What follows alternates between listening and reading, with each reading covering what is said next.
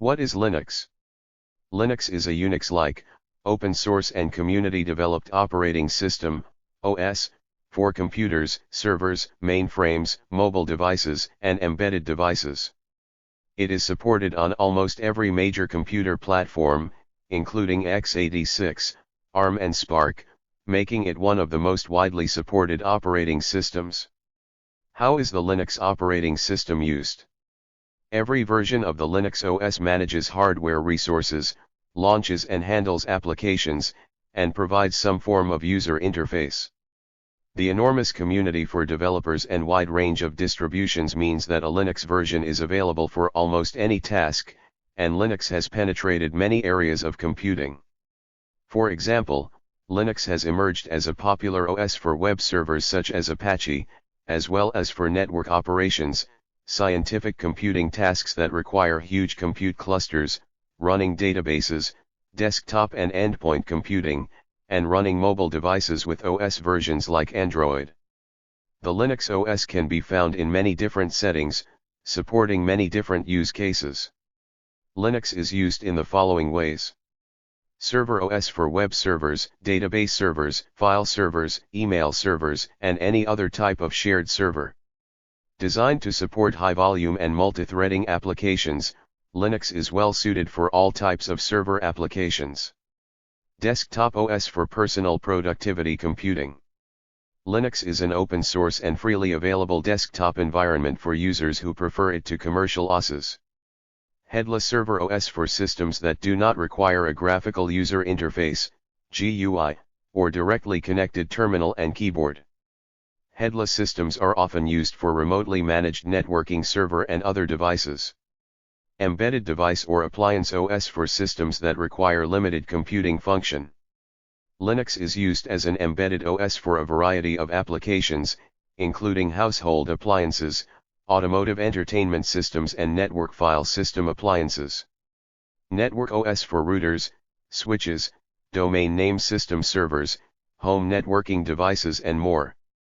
For example, Cisco offers a version of the Cisco Internetwork Operating System, iOS, that uses the Linux kernel. Software Development OS for enterprise software development. Although many development tools have been ported to Windows or other OSes, Linux is home to some of the most widely used open-source software development tools. For example, Git for distributed source control, Vim and Emacs for source code editing, and compilers and interpreters for almost every programming language.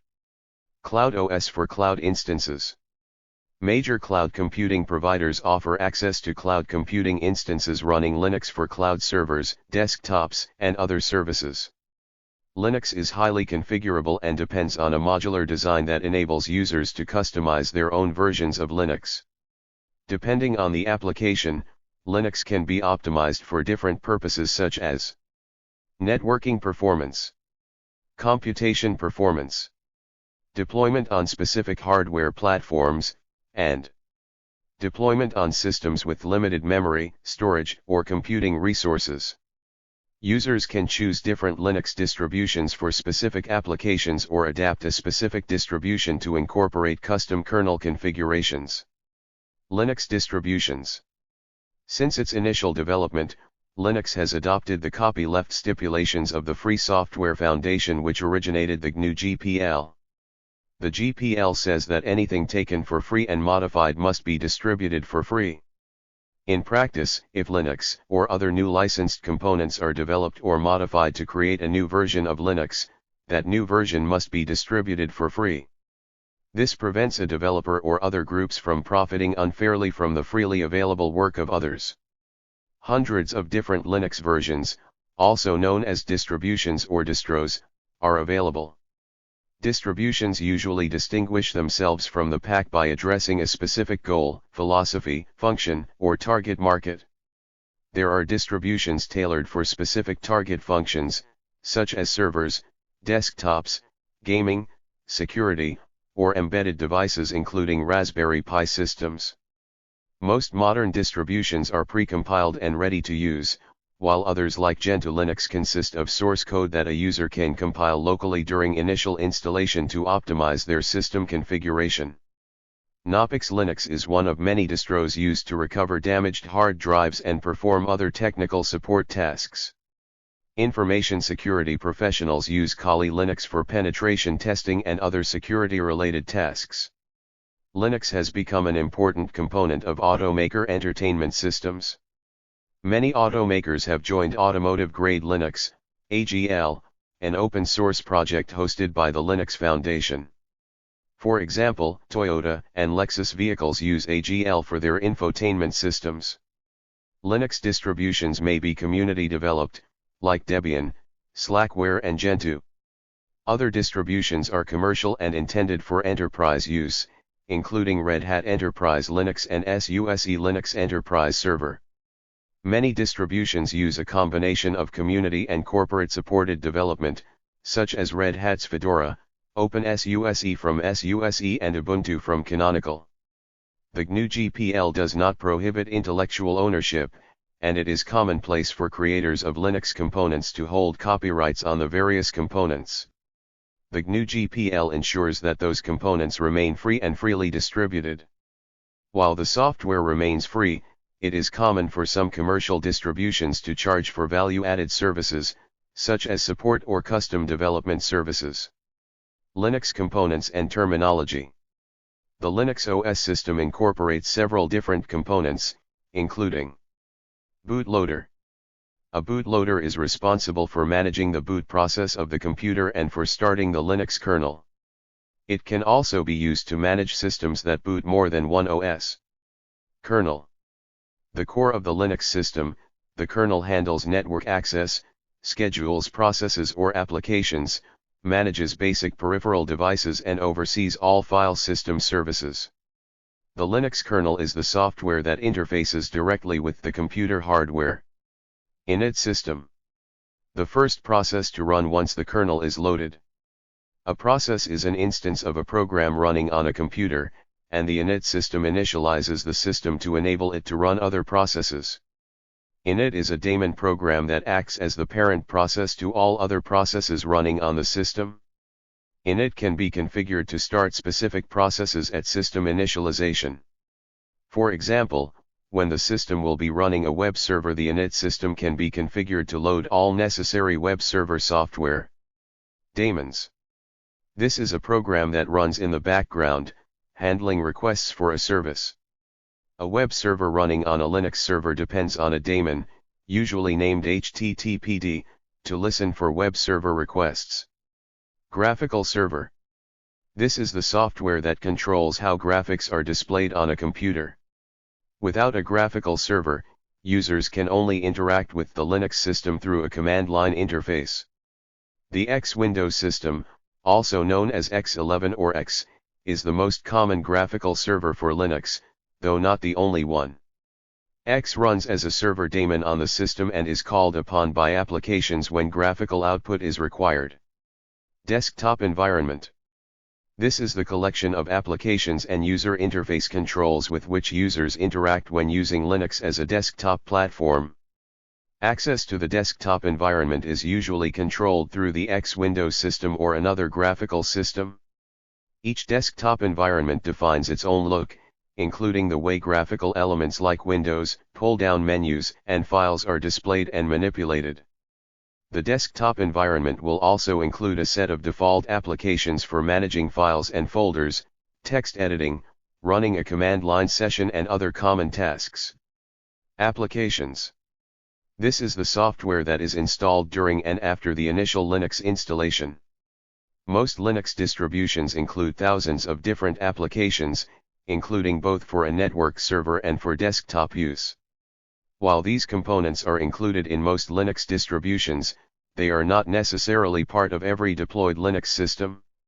For example, a Linux-based server may not require a graphical server, desktop environment, or applications.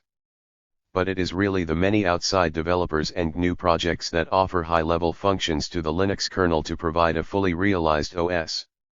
For example, there are modules to provide a command line interface, implement a GUI, manage security, and offer video input or audio services, each of which can be modified and optimized to form unique distributions for specific tasks.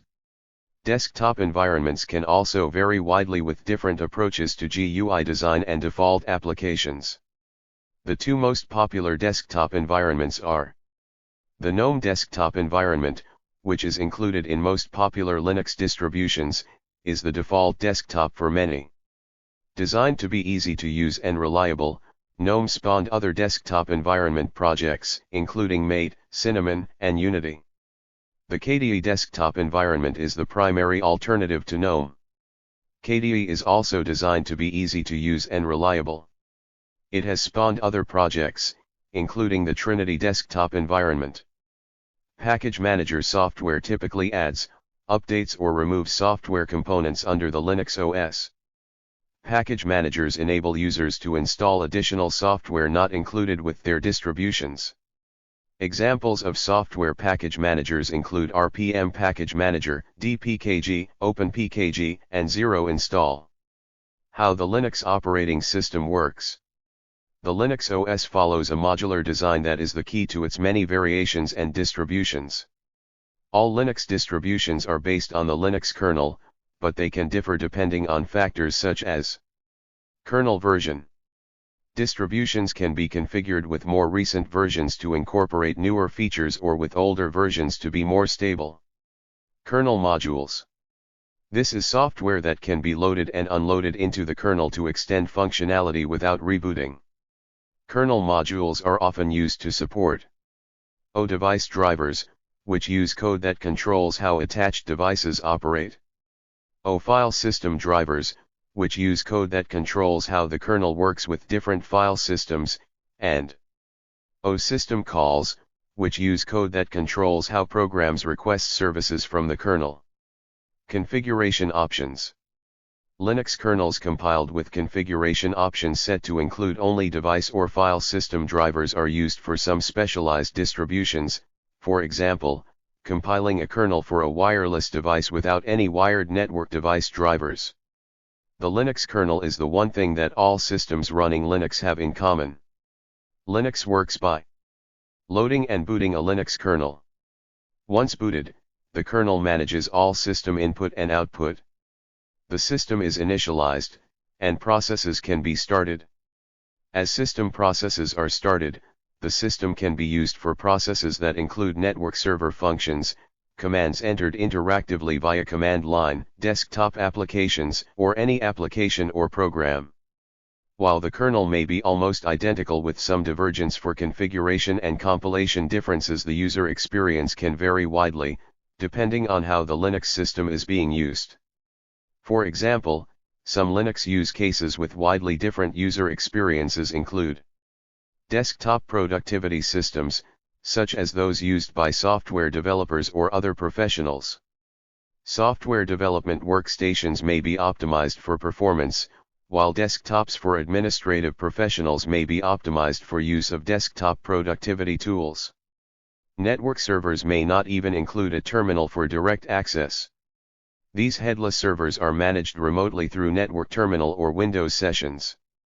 Servers may be used by many but should be directly accessed only by authorized system admins. Thin clients enable users to access a rich desktop environment from a lightweight device. This includes Raspberry Pi single-card computers and Google Chromebooks. When using Linux with a desktop environment as a GUI, Linux works much the same as any GUI-based OS. Applications and other resources can be opened by clicking on icons, and files can be moved, copied, or deleted using a mouse or trackpad. The pros and cons of using Linux. Some advantages of using Linux include open source software. The Linux kernel is released under the GNU GPL open source software license. Most distros include hundreds of applications, with many options in almost every category. Many distributions also include proprietary software, such as device drivers provided by manufacturers, to support their hardware. Licensing costs. Unlike Microsoft Windows or Apple Mac OS, Linux has no explicit licensing fees. While system support is available for a fee from many Linux vendors, the OS itself is free to copy and use. Some IT organizations have increased their savings by switching their server software from a commercial OS to Linux. Reliability. Linux is considered a reliable OS and is well supported with security patches. Linux is also considered to be stable, meaning it can run in most circumstances.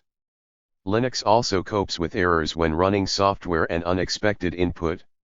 Backward compatibility. Linux and other open source software tend to be updated frequently for security and functional patches, while retaining core functionality. Configurations and shell scripts are likely to work unchanged even when software updates are applied. Unlike commercial software vendors that roll out new versions of their OSes along with new ways to work, Linux and open source applications generally don't change their modes of operation with new releases. Many choices.